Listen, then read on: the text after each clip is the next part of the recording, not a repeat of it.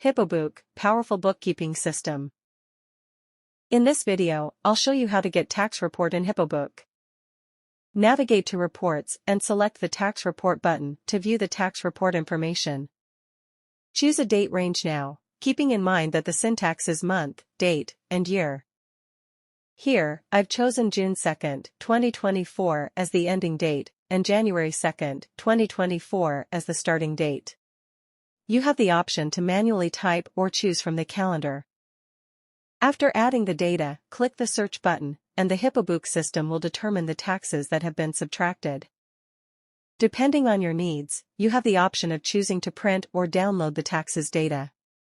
To do so, click the Download button and choose to download or print. Discovering your taxes deducted is really simple with the Hipobook system.